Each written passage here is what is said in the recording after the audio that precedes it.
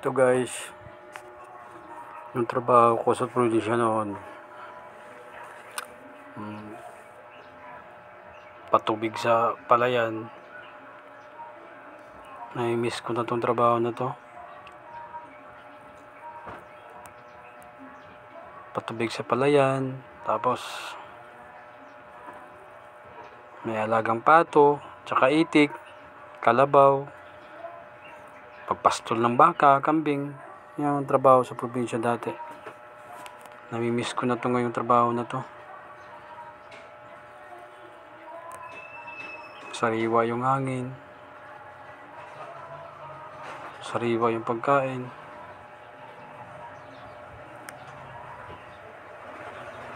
Yan yung mga pato. Bagong ani yung palay ay. Pato. Ang dami naming alaga niyan dati. Pato na yan.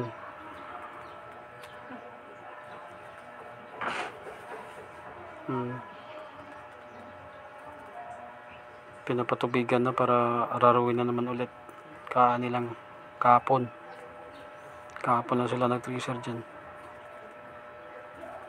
Ito naman yung itikan. Bibi ba? Bibi, itik.